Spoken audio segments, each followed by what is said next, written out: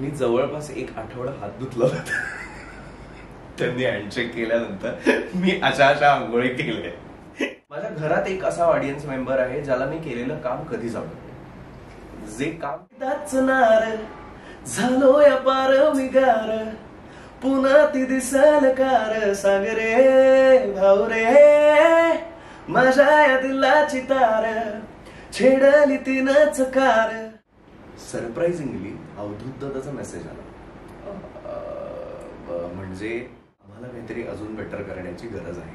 कारण या गाण्यानंतर एक रोहित राऊत नावाचा कलाकार आहे हे त्यांना माहिती आहे.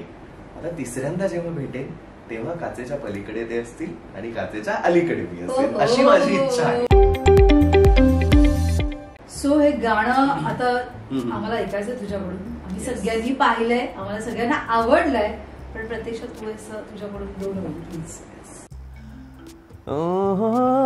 दिसली ती एकदाच नार, झालो या पार मिगार, पुन्हा ती दिसल कार, सांग रे भाऊ रे माझ्या या दिलाची तार, छेडली तिनच कार, दिवसा बी दिसाया स्टार, लागले लागले गुलाबी गुलाबी व्हायले, जवा ती जवळ यायले, अंतवाच सपान तुटायलाय, शोधू कुठं मी नवाबी व्हायलाय, उगा हे शायनिंग मारायलाय, शायनिंग मारून खपायलाय, शोधू कुठं मी मन तन तन तन करी भन भन भन, फिर वन वन वन उन्हा तानात, वाज दन दन दन असं खान खान खान, बस तिचंच गाणं कानात, मन तन तन तन कर भन भन भन, फिर वन वन वन उन्हा तानात, वाज दन दन दन असं खान खान खान, बस तिचंच गाणं कानात.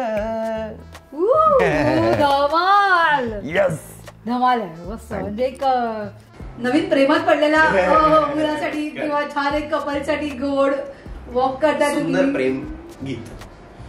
ही सुंदर love story. Yes, that's my love story. त्या लव्ह स्टोरीकडे वळूया नको. ती लव्ह स्टोरी वेगळा इंटरव्ह्यू आपण करूया लव्ह स्टोरीचा. बरं, नार. येस, तुझी नार घरात नाहीये, पण ही जी नार आहे, नार NAR की NAAR आहे? सो नला काना ना आणि र, सो नार. सो मी खूप दिवस झाले याचा विचार करत होतो की आपण काय केलं पाहिजे की ज्यांनी आपली गाणी लोकांना पटकन कळतीलही आणि पटकन स्पेसिफिकली, म्हणजे जेव्हा आता जसं साऊथ इंडियन भाषेमध्ये जर तुम्ही बघितलं तर त्यांच्या गाण्यांची नावं यूट्यूबला त्यांच्या भाषेत लिहिलेली असतात. सो तिकडनं ती आयडिया सुचली की why can't we have it in Devanagari.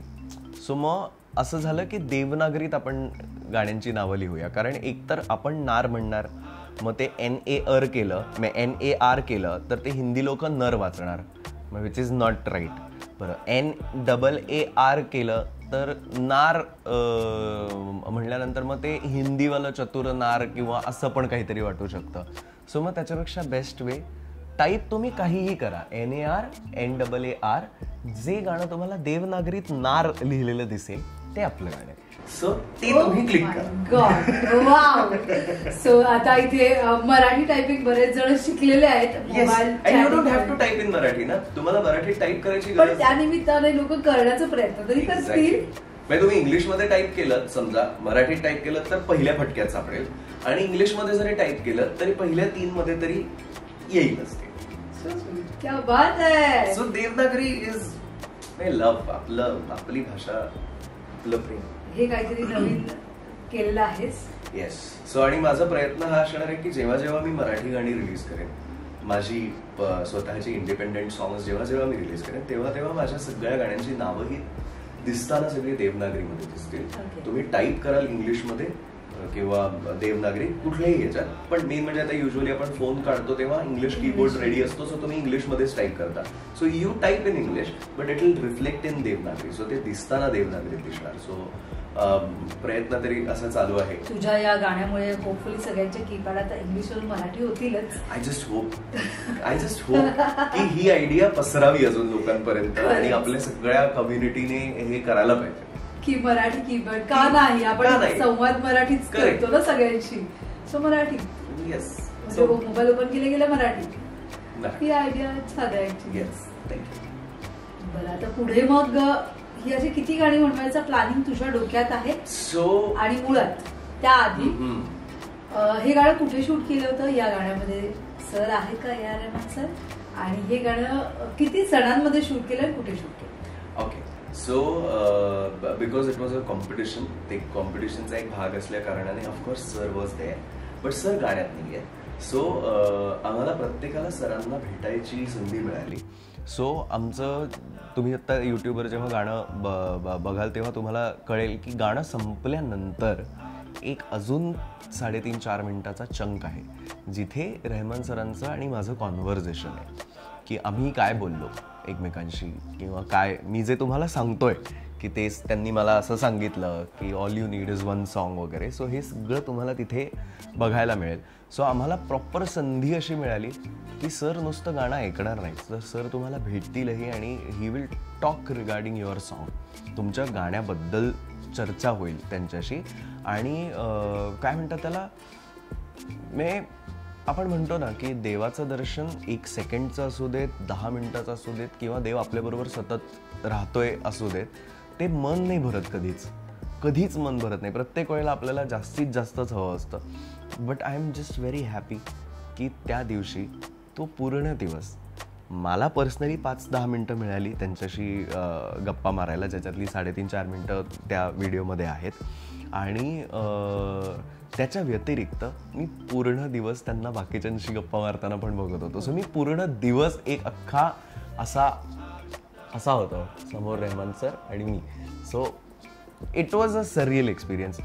Shoot मुंबईतच झालं आणि शूटची पद्धत पण त्यांनी खूप अशी रॉ ठेवली होती की इंडिपेंडंट म्युझिकचं गाणं आहे, so instead of making a music video, let's make असा म्युझिक व्हिडिओ ज्याच्यामध्ये आर्टिस्ट पण दिसेल.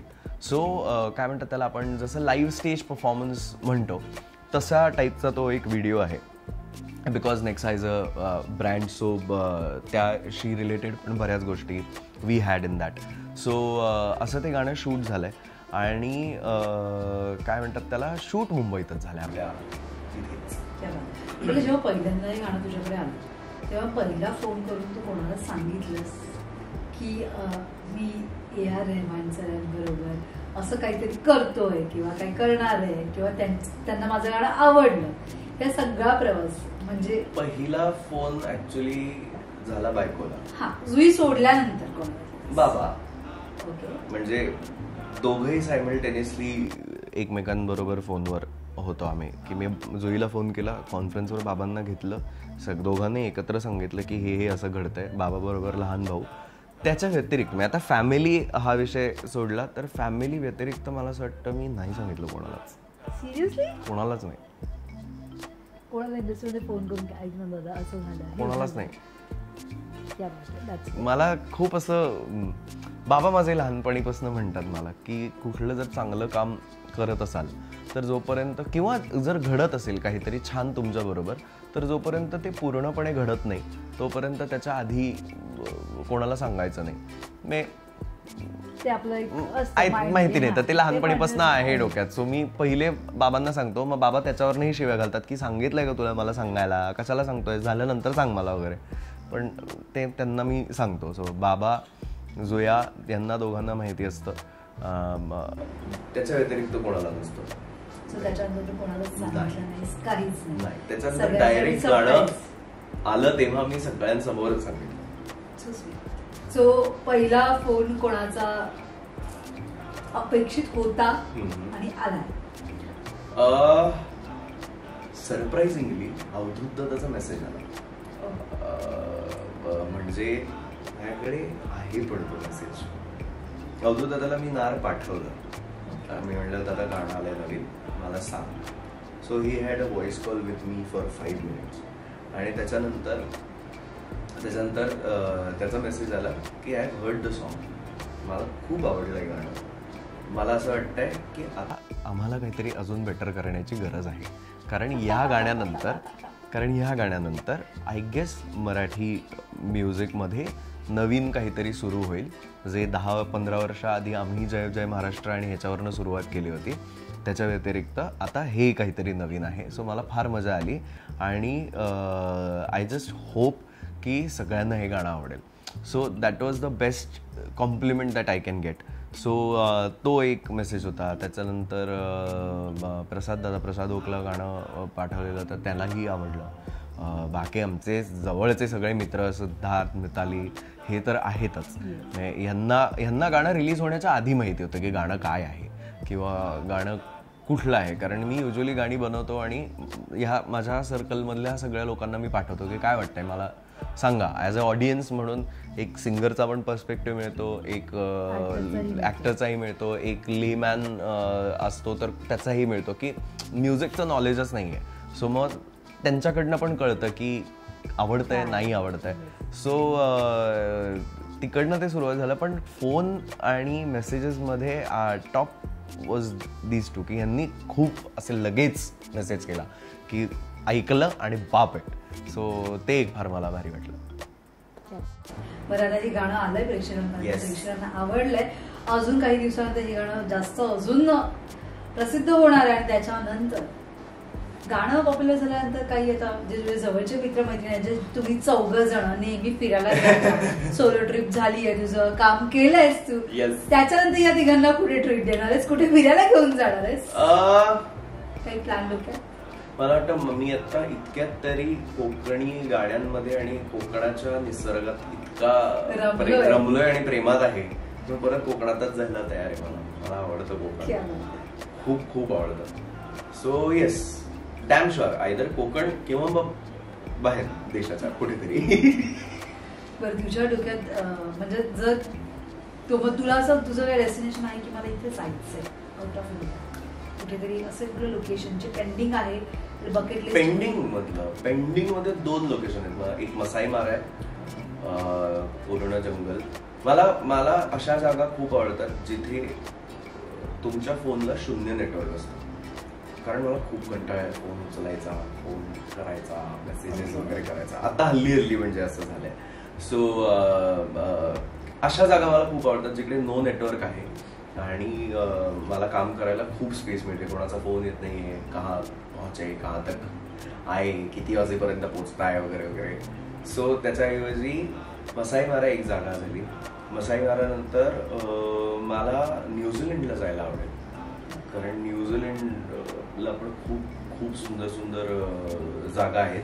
पण त्याआधी माझा भर, आणि this is on a very genuine note, म्हणजे आईची शपथ घेऊन वगैरे म्हणतात ना, तसं आईची शपथ घेऊन जातो की त्याच्या आधी मला I want to explore the entire India first. मला हे बघायला जास्त आवडेल की माझ्या आजूबाजूला काय, आपल्या आजूबाजूला किती गोष्टी आहेत. सो माझा कल त्याच्यावरच असतो की कुठे जर जायला मिळालं तर मग वाराणसीला जाऊन येईन, हिमाचलला जाऊन येईन, कोकणात आपल्याकडे जाऊन आलो. मी बरेच दिवस जाऊन कोल्हापुरात राहतो, काहीही नसतं, काय शो वगैरे नाहीये, काही नाहीये. मी कोल्हापुरात जातो, कोल्हापुरात राहतो. मला फक्त हे आवडतं की सकाळी उठायचं, अंबाबाईचं दर्शन घ्यायचं, परत यायचं, हॉटेलवर काम करत बसायचं, संध्याकाळी जायचं, एक ग्लास दूध किंवा ते दूध कोल्ड्रिंक प्यायचं आणि घरी परत हॉटेलला येऊन कामं करत बसायची. मला वातावरण इज द मेन थिंग जे मला आवडतं, की जिथे थंड हवा चालू असेल. नाशिक मला खूप आवडतं. पण मला अशा जागा आहेत. हो, मान्य आहे, फिरावं माणसाने, हो माणसाने फिरावं, पण ज्याचं घर एवढ्या चांगल्या लोकेशनवर आहे, ज्याची खिडकी उघडली की मस्त समोर मोठाच्या मोठा डोंगर दिसतो, त्याला खरंच लोकेशनची गरज आहे का? हो आहे. अरे एवढं सुंदर. अरे थँक्यू सो मच. पण इथे ती एक गोष्ट आहे जी मला नकोय का? फुल नेटवर्क. एरोप्लेन मोड असतो ना, टाकायचं त्याच्यावर. एरोप्लेन मोडवर टाकलं ना की अजून त्रास होतो. एरोप्लेन मोडवर टाकल्यानंतर दुसरे आजूबाजूच्या लोकांना फोन येतात की हा ते फोन लागत नाहीये त्यांचा, कुठे निघून जायचा, फोनच लागत नाहीये, काय करणार आहे अजून. अरे पण जस्ट मॅजिक, या तू म्हणतोस की नेटवर्क नको एवढा, त्याच दरम्यान असे कोणाचे दिग्गजांचे फोन आले कामासाठी. आता उद्याच म्हणाले की माझ्या बरोबर कर प्लेबॅक वगैरे असं काहीतरी, तर मग काय करशील? नाही ऑफकोर्स ही एक गोष्ट थांब, ही एक भीती घातलीस तू आता माझ्या. हा डेफिनेटली याच्यापर्यंत मी याच्या आता एवढं छान गाणं लिहिलंयस तू आणि चल लगेच ते म्हणाले की मला पाहिजे रोहित राऊतच पाहिजे मला उद्याच्या उद्या. त्याला सांग माझ्याकडे उद्याच वेळ आहे, मी नाचेन या कॉलसाठी. आपण त्याच्यासाठी नेटवर्क मध्ये राहणं गरजेचं आहे. पण मी नेहमी थोडी असा नो नेटवर्क मध्ये असतो. मी असं कधी कधी तरी कधी कधी नाही, तू बऱ्याच वेळा फिरतीवरच असतो हे आम्हालाही माहितीये. समोर तुझ्या बरं घर आमचं खूप असं खिचडीमध्ये आहे का? अजिबात नाही. घराच्या मस्त समोर खिडकी. मी नेक्स्ट टाइम खास त्याच्या घराचा एक व्हिडिओ करणार आहे. आता जुई नाहीये घरात आणि मला तिच्या सोबत तो व्हिडिओ करायचा आहे. तर मला अजून पाऊस व्ह्यू पाहिजे मला पावसाचा आणि भजी वगैरे असं काहीतरी छान. पण तेव्हा लिटरली प्रेक्षक सुद्धा म्हणते अरे काय कशाला जायला पाहिजे नाशिक कोल्हापूर. पण आवडतं मला ऍक्च्युली जायला दुसऱ्या कारणासाठी पण आवडतं की मला ना वेगवेगळ्या भाषेंचा लहेजा पकडायला फार आवडतं. मी कोल्हापुरात जाऊन राहायला ह्याच्यासाठी आवडतं की ती लोक काय बोलतायत, कशा पद्धतीची भाषा बोलतायत. किंवा जसं इन जनरल आपल्यासाठी काही शब्द मुंबईवाल्या लोकांसाठी एक आहेत, तसं माझे लातूरचे शब्द वेगळे आहेत. मी लातूरच्या मित्रांशी बोलताना वेगळा बोलतो. सो मला ते रिलेटेबिलिटीसाठी मला खूप आवडतं इकडे तिकडे जाऊन विचारायला आणि बसायला की अच्छा सो ही लोक या लहेजामध्ये बोलतात. सो हे खरं इझी शब्द आहेत आणि ह्या सगळ्यातनं कळतं एकच गोष्ट की किती कॉमन शब्द आहेत या सगळ्यांमध्ये. सो तुम्ही गाणं जेव्हा नंतर लिहिता तेव्हा you have a entire index of words की हे हे हे शब्द आहेत जे कॉमन आहेत. ह्या शब्दांपैकी आपण काहीतरी वापरूया आणि काहीतरी करूया. अच्छा म्हणून तो फिरतो, बाकी काही नाहीये. बाकी असं काही नाही म्हणजे त्याला शब्द शोधायचे असतात, त्या शब्दाच्या शोधात मी फिरतो. येस, शब्द चाली रिदम काही. तिथे नेटवर्कचं असं काही प्रॉब्लेम वगैरे नसतो विदाउट नेटवर्क वगैरे.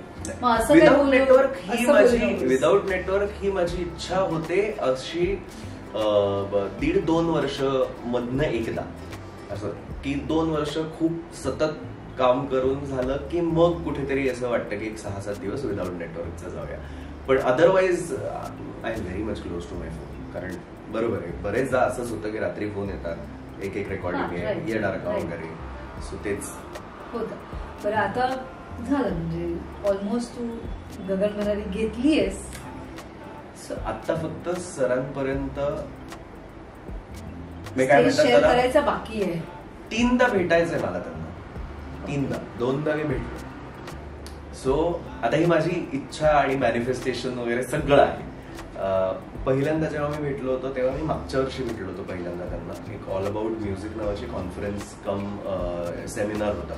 सो तिकडे वर्कशॉप्स होतात. सो त्या वर्कशॉपला आलेले तर तिथे पहिल्यांदा भेट झाली. सो भेट पण कशी झाली की ते कुठेतरी झालं सगळ्यानंतर आणि सगळे जे फॅन बॉय मोमेंट करून धावतात त्यांच्या मागे तसा मी धावलो. धावत्या ह्याच्यात त्यांच्याबरोबर एक फोटो घेतला. त्यांना तेव्हा माझं नावही सांगितलं नाही, काहीही नाही. मी फक्त एक फॅन म्हणून फोटो घेतला. ती माझी पहिली भेट की मला पहिल्यांदा तुम्हाला फॅन म्हणून भेटायचं आहे. माझी सगळी इन्सिक्युरिटी, माझ्या सगळ्या गोष्टी बाजूला काढून की yes I am just in love with your music, तुमच्या संगीताच्या प्रेमात आहे मी. फॅन म्हणून भेटलो. दुसऱ्यांदा नारच्या निमित्ताने मला भेटता आलं, ज्यामुळे या भारतात कुठेतरी महाराष्ट्रात एका कुठल्या तरी घरात एक रोहित राऊत नावाचा कलाकार आहे हे त्यांना माहिती आहे. आता तिसऱ्यांदा जेव्हा भेटेन तेव्हा काचेच्या पलीकडे ते असतील आणि काचेच्या अलीकडे मी असेन अशी माझी इच्छा आहे. सो लेट्स होप की ती इच्छा पण लवकर देव पूर्ण करू. Yes, thank you. त्याच्यानंतर आमची अशी इच्छा आहे की तुम्ही दोघं लाईव्ह परफॉर्मन्स करावा. तीही आमची इच्छा. दोघांना लाईव्ह आम्हाला ऐकायला मिळेल. देव सगळं ऐकतो आणि देव सगळं छान करतो. सो मी बोलताना इतक्या वेळा प्लॅन होतो तुझ्याशी ते आठवून की मी जवळपास 1 आठवडा हात धुतला होता. त्यांनी हँडशेक केल्यानंतर मी अशा आंघोळी केल्या की नाही या हाताला नाही, हा हात रेहमान सरांनी हँडशेक केलाय. हो मी खूप वेड्यासारखा बोलायचं असतं, ऐकायचं असतं. नाही डायलॉग असतो. मी खरं केलं. मी नव्हता धुतला हात खूप दिवस, कारण माझं असं झालं नाही यार हा हात. तू खरंच हे केलंय, फक्त बोलायचं असतं म्हणजे तर बोलतो ना आपण. आईचे शब्द. कारण I am crazy for him like that. म्हणजे खूप कमी लोक असे असतात जे नुसतं इन्स्पायर नाही करत, ते तुम्हाला काय म्हणतात त्याला कारण देऊन जातात. म्हणजे असं नाहीये का की मी याच्या आधी खूप लेजंड्सना नाही भेटलोय किंवा खूप लोकांना नाही भेटलोय, तर भेटलोय आपण, खूप लोकांना भेटलोय पण खूप. म्हणजे मी अगदी ऑनेस्टली सांगू, माझ्या आयुष्यात हे 3दा घडले. पहिल्यांदा जेव्हा मी मंगेशकर कुटुंबांमध्ये सगळ्यांना भेटलो, तेव्हा मंगेशकर कुटुंबातल्या प्रत्येक व्यक्तीकडे बघून असं वाटलं की यार प्रत्येकाकडनं नुसतं शिकण्यासारखं नाही आहे, तर प्रत्येकाकडनं काहीतरी एक जगण्याचं कारण घेण्यासारखं आहे, कारण प्रत्येकजण वेगळं होतं. एकदा पहिल्यांदा ते फिलिंग तेव्हा आलं होतं.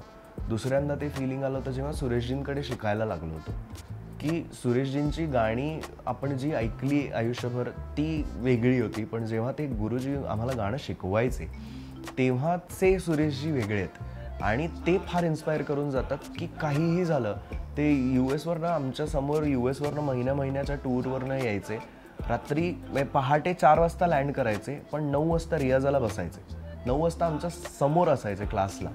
सो ते एक होतं की यू कांट स्टॉप एव्हर. काहीही असलं तरीही तुम्ही कारणं नाही देऊ शकत तुमच्या प्रॅक्टिसला थांबवण्यासाठी. आणि तिसऱ्यांदा हे घडलं जेव्हा सरांना भेटलं, की जेव्हा ते म्हणाले की नाही, जे आपण करतोय ते करायला पाहिजे. कारण खूपदा असं होतं का मी नुसता गायक किंवा हे नाही, मी माणूस पण आपल्या सगळ्यांसारखाच आहे, की एखाद्याचं गाणं जर चालतंय किंवा एखादी गोष्ट जर चालतीये तर आपण तसंच करण्याचा प्रयत्न करतो, आपण त्याच पद्धतीचं काम करण्याचा प्रयत्न करतो. मागच्या वर्षी नखरेवाली एक माझं प्रशांत नक्तीवालं जे गाणं फेमस झालं, त्याच्यानंतर जवळपास 6 महिने I have been singing something similar to Nakhrewaali only. की नखरेवाली सारखं गाणं किंवा त्या हिशोबाचं गाणं किंवा तशी गाणी. सो जेव्हा रहमान सर भेटले आणि जेव्हा हे म्हणाले की try to stand out from others, ते हेच वाक्य म्हणाले. त्यातनं मी घेतलं, मला जे वाटलं ते मी हे घेतलं की येस, तुला नाही फॉलो करायचंय जे लोक करतायत किंवा जे बाकीचे सगळे करतायत. त्यांचं म्हणणं हेच होतं की try to find an originality in your music, की तुम्ही जे करताय त्याच्यावरचा कॉन्फिडन्स हलू देऊ नका. जस्ट बिकॉज ते आत्ता नाही चालत आहे ह्याचा अर्थ हा नाही की ते कधीच नाही चालणार. ते चालणार, कधी ना कधीतरी चालेल. बरेच आपल्याकडे सिनेमांचे पण अशी उदाहरण आहेत की सिनेमा रिलीज नंतर फ्लॉप होते पण नंतर हिट झाले, OTTवर आल्यानंतर ते जास्त हे झाले. सो सेम पद्धत मला असं वाटतं की these are not just legends और human beings, these are angels. हे देवदूत आहेत सगळी लोक. कारण यांच्यामध्ये माणूस म्हणून असणारा अहम, माणूस म्हणून असणारा गर्व किंवा तो जो एक मीपणा असतो ना, तो नाहीच आहे यांचा. हे फक्त प्युअर लाईट वाटतात ना. It is not just about काय म्हणतात त्याला, त्या व्यक्तीचा पॉझिटिव्हपणा म्हणून नाही, पण मला हे खूप कमी वेळेला आणि खूप लोकांमध्ये जाणवतं. मंगेशकर कुटुंब असेल, लता दिदी, मंगेशकर कुटुंब असेल, लता दिदींना आम्ही भेटलो, आशा ताईंना आम्ही भेटलो, रिताला मंगेशकर, सगळ्यांना भेटलो. त्याच्यानंतर सुरेशजी. आणि म्हणजे एक स्टेप स्वप्न आपण पूर्ण करत जातो ना, तसं मागच्या वर्षीपासून माझी ती सगळी स्वप्न पूर्ण होत आहे. मागच्या वर्षी अजय अतुल कडे गायला चान्स मिळाला की त्यांची गाणी गातो आम्ही अजूनही स्टेजवर. आजही आम्हाला शोजना बुक केल्यानंतर आम्हाला अजय अतुलच परफॉर्म करावं लागतं स्टेजवर, कारण अजय अतुल परफॉर्म केल्याशिवाय लोकांनाच मजा येत नाही. सो जेव्हा त्यांच्या बरोबर त्यांची गाणी स्टेजवर गायला मिळाली अजय अतुल सरांबरोबर, तेव्हा पण सेम फिलिंग की बोथ आर 2 डिफरंट पोल्स आहेत, अजय दादा आणि अतुल दादा. म्हणजे दोघांकडनं इन्स्पिरेशन वाईज कारण मिळतं ना, की एक गोष्ट एक छान गोष्ट आपण घेतो. तसं मला ह्या सगळ्यांकडनं ती एक गोष्ट घ्यायला खूप खूप आवडते. अजय दादा नेहमी म्हणतो की यू शुड नॉट बी काय म्हणतात त्याला, डिस्ट्रॅक्टेड नसू शकतो तू कधी स्टेजवर. तू जर एकदा स्टेजवर आला आणि स्टेजवर जर गायला लागला तर तुझ्या आजूबाजूला काहीही घडू दे, काहीही घडू दे, तिकडनं वारं चालू झालं, तिकडनं काहीतरी खुर्ची पडली, हे पडली, ते पडली, तू हलू नाही शकत सुराला. तू तेवढा कॉन्सन्ट्रेट असला पाहिजे. आणि ह्याचं वेगळं पण सेम पद्धतीने पण वेगळं म्हणणं अतुल दादाचं असतं की हे सगळं आहे, तुम्ही सुराला नाही गेलं पाहिजे वगैरे, पण त्याहीपेक्षा अजून एक गोष्ट असते विच इज की तुम्हाला लक्षात असलं पाहिजे की तुम्ही सुरुवात का केली. म्हणजे तू जेव्हा स्टेजवर जातो तेव्हा तू मला आता 10,000 ऑडियन्स बघणार आहे आणि मला पैसे मिळणार आहेत ह्यासाठी गाणं गायला सुरुवात केली होती का लहानपणी गाणं सुरुवात केली होती गायला जस्ट बिकॉज तुला आनंद मिळत होता, तुला मज्जा येत होती यातनं. तर पहिलं उत्तर हेच असतं की मला मजा यायची, मला आनंद वाटायचा, मला काम नाही वाटत. ते फक्त म्हणाले बरोबर आहे ना, मग हे तुझं काम नाहीये, हे तू ते करतोय जे तुला आवडतं ऑलरेडी.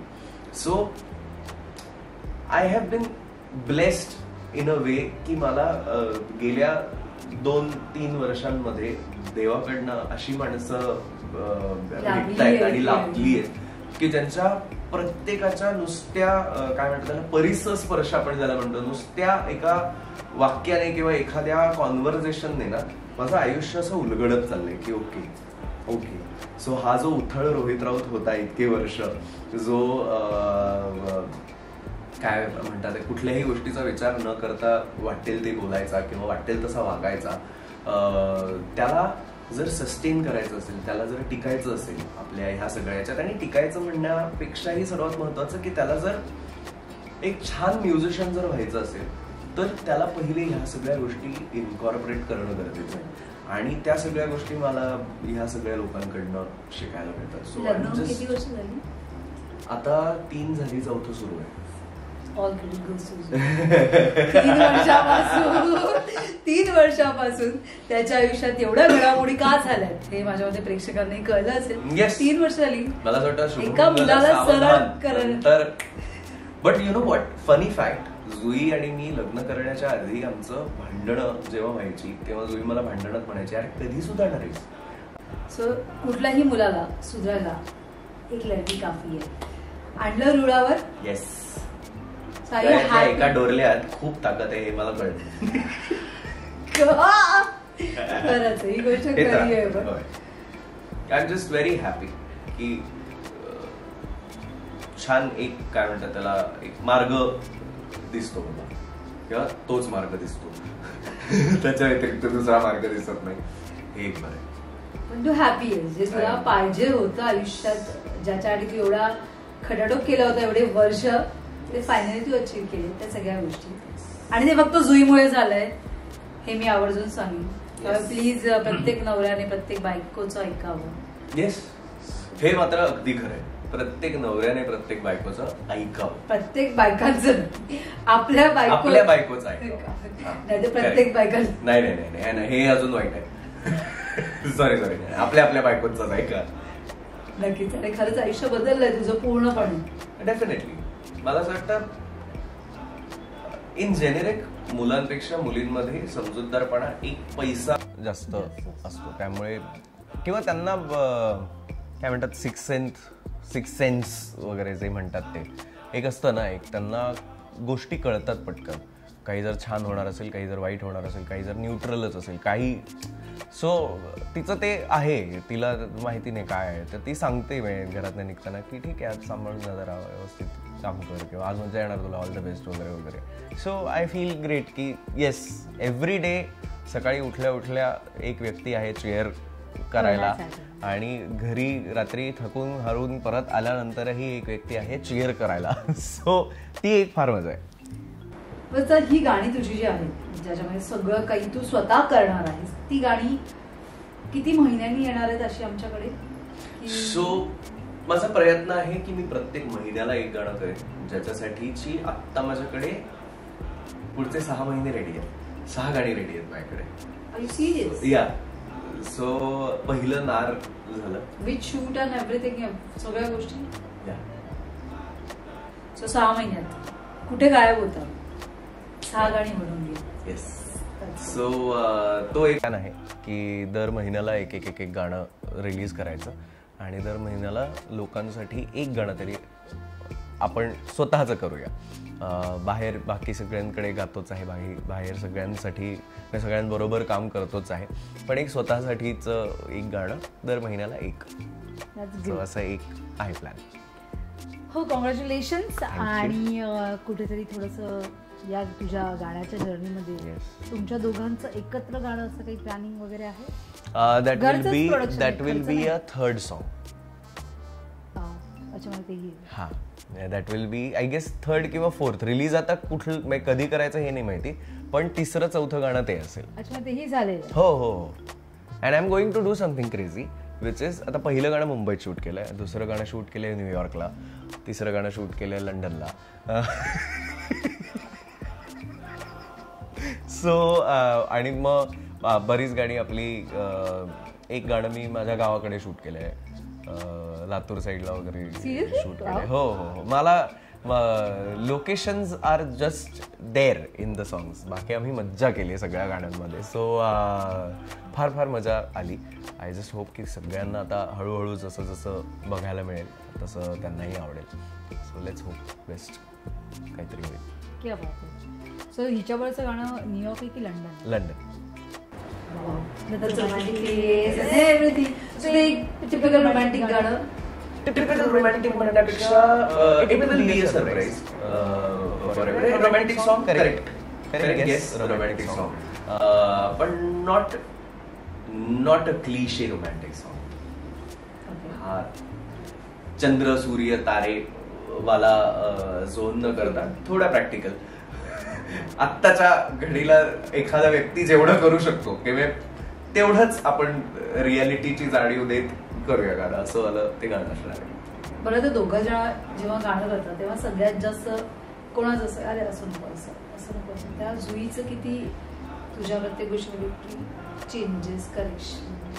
नाही, ऑनेस्टली स्पीकिंग मला त्यामुळे तिच्याबरोबर काम करायला खूप जास्त मजा येते. म्हणजे ॲज एन आर्टिस्ट म्हणून मी सांगतोय, माझी बायको किंवा ह्या सगळ्या गोष्टी बाजूला, पण ॲज एन आर्टिस्ट म्हणून मला तिच्याबरोबर काम करायला ह्याच्यासाठी जास्त आवडतं ना, कारण कंपोजरला कम्प्लीट स्पेस देते. म्हणजे ती कोणाहीकडे जर गात असेल, माझ्यासाठीच नाही असं, मी बाहेर पण गाताना बघितलं, बाहेर कंपोजर्सकडे, अविनाश दादाकडे, अविनाश विश्वजितकडे किंवा बऱ्याच कंपोजर्सकडे, तो तिचं असं काही नसतं की हे करूया का, ते करूया का, ते करूया का. जर कंपोजरने हे सांगितलंय असं असं करूया, so she will sing exactly like that, की जे हवंय ते. आणि जर ते सगळं झाल्यानंतर कंपोजरने विचारलं की आता मला सांग if you can improvise or you can do something better on the song, मग ती इम्प्रोवाइज करेल आणि मग त्या गोष्टी थोड्याशा बदलून ती गाऊन दाखवेल पहिले की कसं होतंय. बट इनिशियली माझ्याबरोबर मला एक खूप मजा येते की नाव जरी माझं लागत असणार आहे कंपोजर म्हणून, तरी अर्धी कंपोजर तीही असते. कारण मी गाणं ऐकवतो बनवल्या तिला, आणि ती मला सांगते की ही गोष्ट काप, ही गोष्ट खूप जास्त लांब आहे, किंवा ही गोष्ट ऑडियन्ससाठी म्हणजे मला काय, माझ्या घरात एक असा ऑडियन्स मेंबर आहे ज्याला मी केलेलं काम कधीच आवडत नाही. जे काम तो नेहमी बेटर कसं होईल ह्याच्यासाठी मला मदत करत असतो. कारण जर त्याला काम आवडलं ना तर मी स्टक होईल, मग मी त्याच पद्धतीचं काम करत राहीन. पण जस्ट बिकॉज तिला काम नाही आवडत, आणि चांगल्या पद्धतीने नाही आवडत असं मी म्हणतोय, की चांगल्या पद्धतीने नाही आवडत, की तिला नेहमी असं वाटतं की अजून काहीतरी छान बेटर होऊ शकतं यात, त्यामुळे मला पण खूप मदत होते. सो या in that way she is a composer. फक्त तिला माहिती नाही आहे की ती कंपोजर आहे, पण ती खूप भारी गोष्टी करते आमच्या गाण्यांमध्ये. बघा, कॉम्पिटिशनसाठी ती पण लगेच स्वतःच मी खुद का अभी मैं नाही, मी विचार करत होतो मी सचेत राहून ही परंपरा एक चालू ठेवणार आहे की मराठीत मग आम्ही झालंच व्यवस्थित तर कॉम्पिटिशन कशाला, चल या आपण एकत्रच म्युझिक करूया, असं चालेल मला. राईट. बरं, congratulations once again. Thank you so much. अशाच गाणी करत राहा आणि असंच आमचं मनोरंजन करत राहा. येस. आणि फिरायला जात जा, कारण की तू फिरायला जातोस तेव्हा गाणी सुचतात, तिकडचे शब्द शोधतो, तो लोकेशन नाही शोधत, शब्द शोधण्यासाठी फिरतो. लोकेशन शोधायला आम्ही आहोत लोकेशन शोधायला हीच मदत करणार आहे. येस, आम्ही आहोत लोकेशन शोधायला, पण तू शब्दांच्या शोधात नेहमीच राहा. त्याचा फायदा आम्हालाच आहे. Yes. So once again congratulations. Thank you so much. Next आम्हाला लाईव्ह बघायचं आहे. येस. तुला आणि AR रहमान सरांना. Fingers crossed. येस, असं आपण बोलूया सो जेणेकरून ही गोष्ट पूर्ण होईल तुझी. Yes. So thank you so much. Thanks a lot. Thank you so much.